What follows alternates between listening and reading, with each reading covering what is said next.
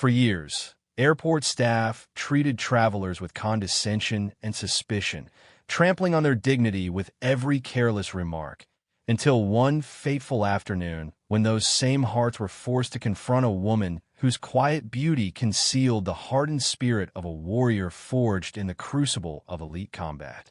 On a clear, cloudless day at Metro Vista International Airport in Los Angeles, where the bustling terminals were filled with the clatter of rolling suitcases and the murmur of hurried conversations, Ebony Lawson emerged from a sleek black SUV. At 17, Ebony carried herself with a grace that belied the fierce determination in her eyes.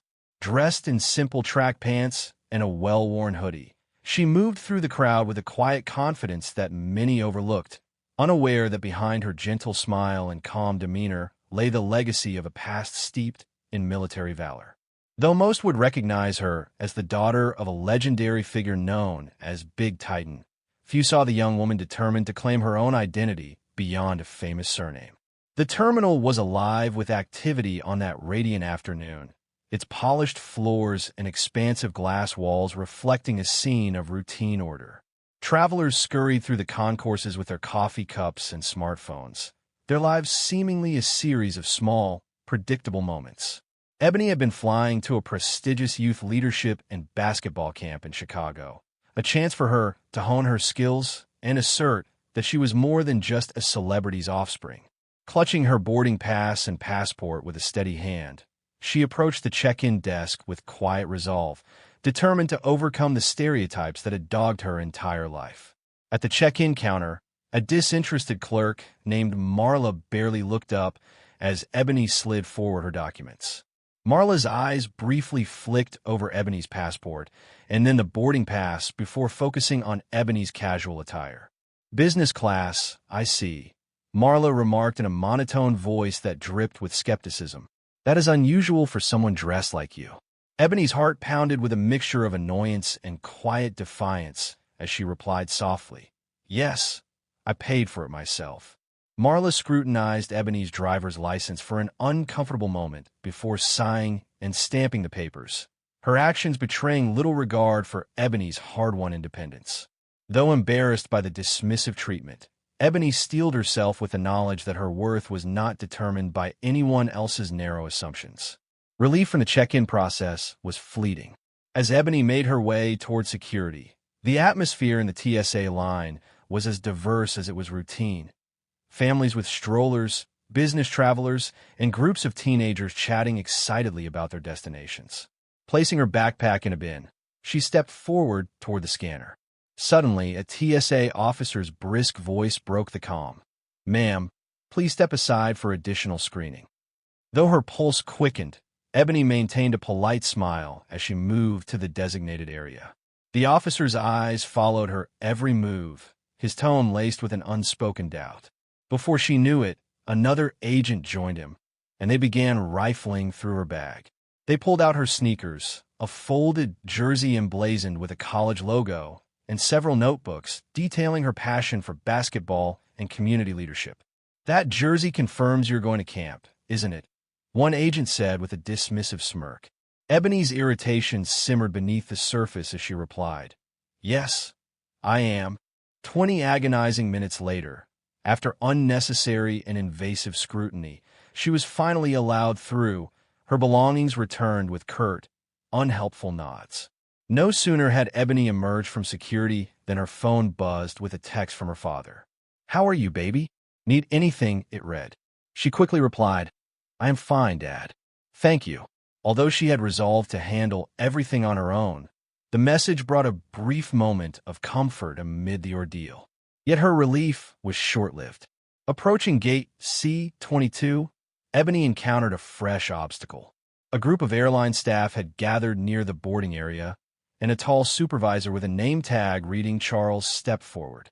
His expression was stern, and his tone was curt as he said, "Excuse me, Mississippi. We have received information that your seat may have been issued incorrectly. May I see your boarding pass again?" Ebony extended her boarding pass with a controlled politeness that masked her growing frustration. Charles examined the document briefly before his eyes moved to her casual attire, raising his eyebrows. "Business class is highly unusual for someone dressed so casually," he commented, his voice heavy with insinuation. "Are you traveling alone?" Ebony replied quietly, "Yes, I am traveling alone, and I purchased the ticket myself." Charles's gaze hardened as he insisted, "We need to verify your payment details. Please provide your credit card and the confirmation email on your phone." Before Ebony could protest, another agent stepped forward, and soon she found herself escorted to a small, cramped room set aside for further questioning. In that sterile space, surrounded by curious glances from nearby travelers, Ebony felt her dignity wane as she was forced to display her payment details and identification once more. After what felt like an eternity, Charles dismissed her with a final, condescending remark. "Your ticket appears valid, but the system has flagged it. You will have to wait until this is resolved." With that, she was led away from the boarding area, her pride wounded and her heart heavy with humiliation. As Ebony stood outside the secure area, tears threatened to well up in her eyes, not merely from the indignity of it all, but from the deep-seated frustration of being judged and doubted because of her appearance and her modest attire. Her internal resolve burned brighter, fueling a determination to prove that she was not defined by the shallow metrics of style or circumstance. In the midst of her inner turmoil, her phone buzzed once again. This time, the message was unmistakable. Her father was on his way. Moments later, a sleek black SUV pulled up at the curb, drawing the attention of everyone around. From the vehicle emerged a towering figure whose presence radiated authority and protective strength. Big Titan, known not only for his storied career and larger-than-life personality, but also for his fierce sense of justice, strode purposefully toward the gate. His deep, commanding voice echoed throughout the terminal as he confronted the stunned staff. "Explain to me why my daughter is being treated with such disrespect," he demanded, his tone leaving no room for argument. The supervisor, Charles, stammered an apology as his face turned a deep shade of crimson, while the other employees fumbled with their words in a display of evident regret. Big Titan's intervention was swift and uncompromising, demanding the return of Ebony's boarding pass and a sincere apology for the humiliating ordeal. Standing beside her father, Ebony felt a rush of relief mingled with a renewed determination. Although the sting of humiliation lingered, she knew that this moment would be a turning point, a declaration that she would no longer allow the prejudices of narrow-minded individuals to define her worth. Within minutes, the dramatic intervention became the talk of the terminal, and news of the incident quickly spread across social media. Hashtags calling for accountability trended rapidly, and passengers whispered about the unforgettable scene of Big Titan defending his daughter with an authority that silenced even the most arrogant staff. Ebony was soon escorted, with respectful apologies now replacing earlier condescension, toward her boarding gate. Though the encounter had left her feeling exposed and vulnerable, it also ignited a fierce determination within her. The experience was a bitter reminder of the prejudice that still pervaded society, yet it also fueled her resolve to prove herself independent of her famous lineage. As she boarded the plane and settled into her seat, she resolved that the humiliating ordeal would not define her. Instead, it would serve as a catalyst for her journey to Chicago, where she would not only hone her basketball skills, but also forge her own identity, separate from the legacy of her illustrious father. At the youth leadership and basketball camp in Chicago, the atmosphere was electric with energy and ambition. Coaches and fellow athletes marveled at Ebony's skill and determination on the court.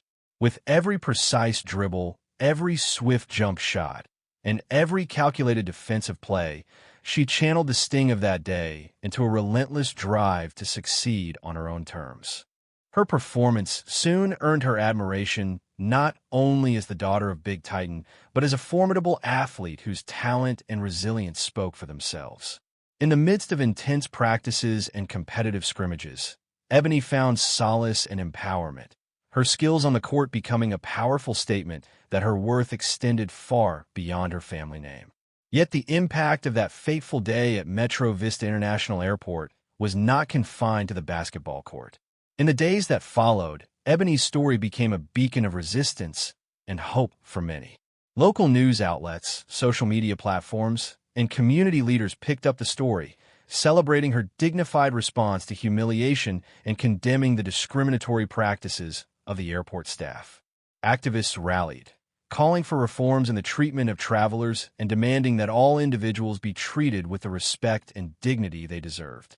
In interviews, Ebony spoke with quiet strength about her experience, emphasizing that true worth is defined by one's character and determination, not by shallow appearances.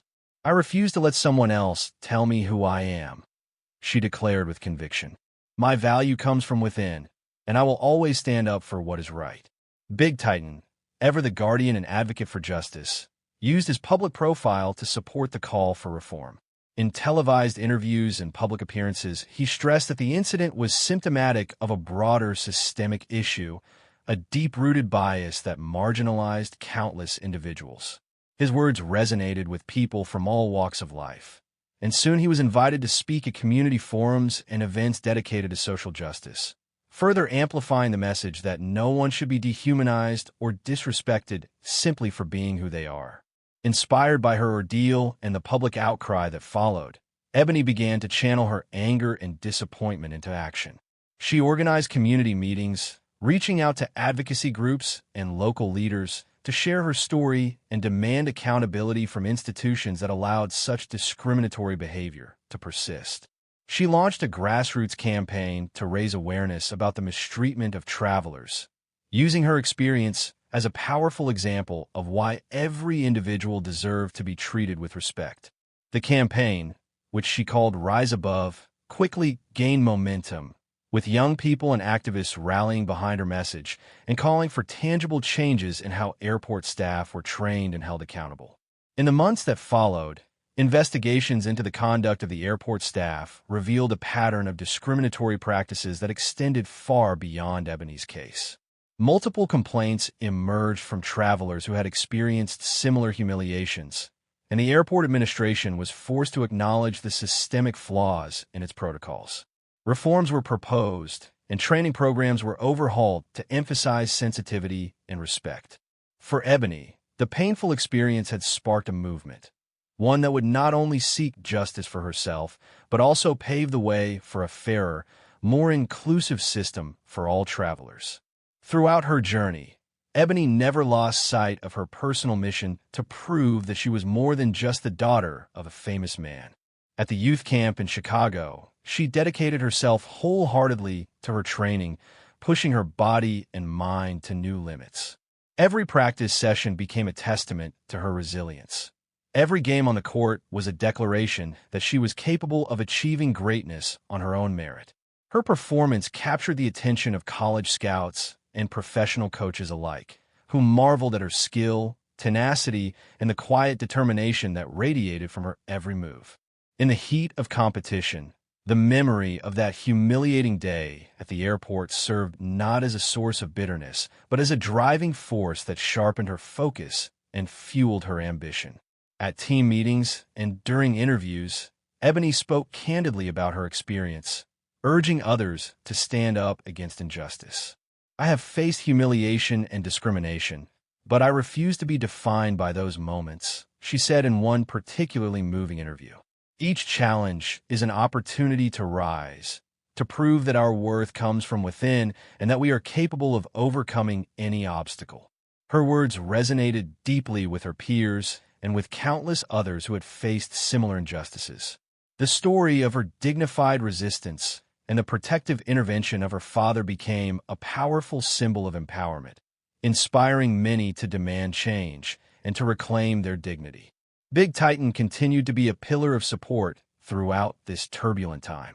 His public statements, delivered with a calm yet resolute authority, emphasized that his daughter's worth was not tied to a famous name, but to her strength, her character, and her ability to stand up for herself. His involvement lent even greater weight to the movement for reform, and he became a vocal advocate for greater oversight and accountability in the treatment of travelers. His gentle but firm demeanor and his unyielding commitment to justice reinforced the message that no one should ever be made to feel inferior or dehumanized simply because of who they are. The incident at Metro Vista International Airport eventually became known far and wide as a landmark moment of accountability in an era marked by rampant prejudice. It spurred a broader conversation about the rights of individuals in public spaces and the responsibilities of those in positions of authority. Community leaders organized town hall meetings and forums to address the issue, and advocacy groups used the story as a rallying cry to push for systemic changes in customer service protocols at airports nationwide. The hashtags and social media campaigns that followed demanded that every traveler be treated with respect, and they called for concrete measures to ensure that incidents like this would never happen again. For Ebony, the journey from humiliation to empowerment was not an easy one. There were moments of self-doubt and pain, times when the sting of discrimination threatened to overwhelm her. Yet each challenge only reinforced her resolve. In the quiet moments after long days of training and activism, she would sit in the solitude of her room, holding a small memento of her experience, a token from the day she was wrongly questioned and humiliated, and let it remind her of why she had chosen to fight. That small token became a symbol of her journey, a reminder that every setback could be transformed into a stepping stone toward greater strength and self-respect. At the basketball camp, where every dribble and every shot was a chance to assert her independence, Ebony's performance reached new heights. During a critical scrimmage against a top rival team, she executed a series of dazzling moves. A quick crossover that left defenders grasping at air, a perfectly timed jump shot that sailed through the net, and an impenetrable defensive stance that turned the tide of the game. The crowd erupted in cheers, and her teammates looked to her with a mixture of admiration and inspiration. In that moment, Ebony proved to herself and to the world that she was a force to be reckoned with, a young woman who would not allow her past to dictate her future. Her journey resonated beyond the basketball court. Ebony began to receive invitations to speak at local schools, community centers, and even national conferences. In these public appearances, she spoke passionately about the importance of dignity, resilience, and the courage to challenge injustice. "We must never let anyone tell us that we are less than we are," she told one packed auditorium. "Our value comes from within, and we must always fight for the respect and equality that every human being deserves." Her message, delivered with heartfelt sincerity, struck a chord with audiences everywhere, and her story became a beacon of hope for those who had long felt silenced by discrimination. As the months passed, the combined efforts of Ebony, her father, and the grassroots movement she had helped ignite led to tangible changes. The airport administration faced intense scrutiny, and investigations into the conduct of its staff revealed a disturbing pattern of biased treatment. New training programs were implemented, and policies were overhauled to ensure that every traveler was treated with the respect they deserved. Though the journey towards systemic reform was long and fraught with challenges, the impact of that fateful day continued to be felt, inspiring change in ways that extended far beyond the walls of Metro Vista International Airport. In the end, Terminal Redemption, the flight of the unyielding, is more than just a story of an airport debacle. It is a testament to the transformative power of resilience and the unyielding spirit of those who dare to stand up against injustice. It is the story of a beautiful black young woman who refused to be diminished by the prejudices of others and instead chose to rise above humiliation to claim her rightful place in the world. Ebony Thompson, with her quiet strength and unwavering determination, became a symbol of hope and a rallying cry for accountability, a living reminder that every act of discrimination is an opportunity to ignite a revolution of change. Her journey teaches us that while the path to justice is often strewn with obstacles and moments of deep pain, the strength to overcome adversity lies within each of us. It reminds us that dignity and respect are not privileges granted by the powerful, but rights that must be fiercely defended by all.